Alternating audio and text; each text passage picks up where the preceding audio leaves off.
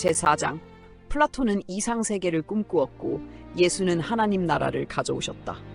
인류 역사상 가장 큰 영향을 끼친 철학자를 꼽으라면 누구도 플라톤을 빼놓을 수 없을 것이다. 철학은 흔히 소크라테스에게서 시작되어 플라톤을 거쳐 아리스토텔레스로 이어졌다고 말한다. 만일 소크라테스가 질문을 던진 사람이라면 플라톤은 그 질문을 하나의 거대한 철학 체계로 만든 사람이었다. 그는 스승 소크라테스의 죽음을 직접 지켜보았다. 세상이 가장 의로운 사람을 죽이는 모습을 보면서 그는 깊은 충격을 받았다. 왜 선한 사람이 고난을 받아야 하는가? 왜 정의는 늘 패배하는 것처럼 보이는가? 왜 이 세상은 완전하지 않은가? 그 질문은 결국 플라톤으로 하여금 하나의 새로운 세계를 생각하게 만들었다. 그것이 바로 이데아의 세계였다. 플라톤은 우리가 눈으로 보는 세상은 완전한 세상이 아니라고 말했다. 우리가 보는 아름다움도 완전하지 않다. 우리가 경험하는 정의도 완전하지 않다. 우리가 누리는 사랑도 완전하지 않다. 이 세상은 모두 그림자일 뿐이며 그 뒤에는 영원하고 완전한 실제가 존재한다고 믿었다. 그는 그것을 이데아의 세계라고 불렀다. 그곳에는 변하지 않는 아름다움이 있고 변하지 않는 선이 있으며 변하지 않는 정의가 있고 변하지 않는 진리가 존재한다. 이 생각은 인류 철학사에서 가장 위대한 사상 가운데 하나가 되었다. 수천 년 동안 수많은 철학자와 신학자들이 그의 영향을 받았다. 그러나 플라톤에게도 하나의 한계가 있었다. 그는 완전한 세계가 있다고 믿었지만 그 세계에 들어가는 길은 보여주지 못했다. 그는 이상세계를 꿈꾸었지만 인간을 그곳으로 데려갈 수는 없었다. 그는 완전한 나라를 설명했지만 그 나라를 세울 수는 없었다. 철학은 언제나 여기까지였다. 꿈은 보여주지만 실현하지는 못한다. 예수께서는 하나님 나라를 말씀하셨다. 플라톤보다 약 400년 뒤 한 갈릴리 청년이 세상에 나타났다. 그는 철학학교를 세우지 않았다. 학문을 논하지도 않았다. 그러나 그의 입에서 가장 많이 나온 말이 있었다. 하나님 나라가 가까이 왔다. 이것은 매우 놀라운 선언이었다. 플라톤은 완전한 세계를 멀리 있는 이상향으로 설명했다. 그러나 예수께서는 말씀하셨다. 하나님 나라가 너희 가운데 있다. 플라톤에게 이상세계는 인간이 평생 바라보는 목표였다. 예수께는 하나님 나라가 지금 이 땅에서 시작되는 현실이었다. 플라톤은 인간이 위를 바라보라고 말했다. 예수는 하나님께서 인간에게 내려오셨다고 말씀하셨다. 이것이 철학과 복음의 가장 큰 차이였다. 하나님 나라는 장소가 아니라 하나님의 통치이다. 많은 사람들은 하나님 나라를 죽어서 가는 천국 정도로 생각한다.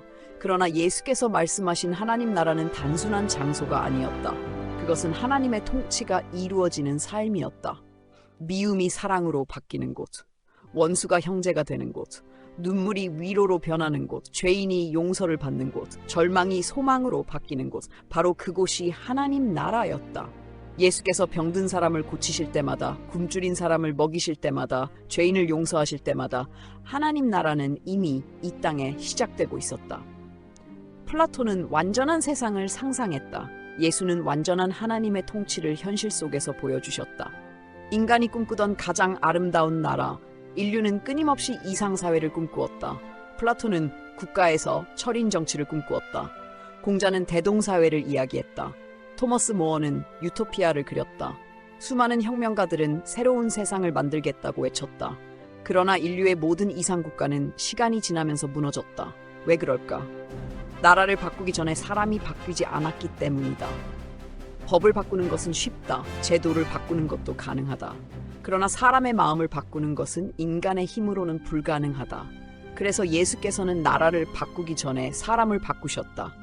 한 사람의 마음이 하나님께 돌아오면 한 가정이 변하고 한 공동체가 변하며 결국 세상이 변하기 시작한다. 하나님 나라는 혁명이 아니라 회개에서 시작된다. 칼이 아니라 사랑으로 확장된다. 권력이 아니라 섬김으로 세워진다. 하나님 나라의 왕 플라톤은 철학자가 왕이 되어야 한다고 말했다. 지혜로운 사람이 나라를 다스릴 때 비로소 정의로운 사회가 된다고 믿었다. 그러나 역사 속에서 완전한 철인 왕은 없었다. 지혜로운 왕도 욕심 앞에서는 흔들렸고 의로운 지도자도 권력 앞에서는 무너졌다. 인간은 누구나 죄성을 가지고 있기 때문이다. 그러나 예수께서는 전혀 다른 왕으로 오셨다. 왕궁에서 태어나지 않으셨다. 군대를 거느리지도 않으셨다. 황금 왕관 대신 가시관을 쓰셨다. 보좌 대신 십자가에 오르셨다. 세상 왕들은 백성을 위해 군대를 보낸다. 예수는 백성을 위해 자신이 죽음으로 걸어가셨다.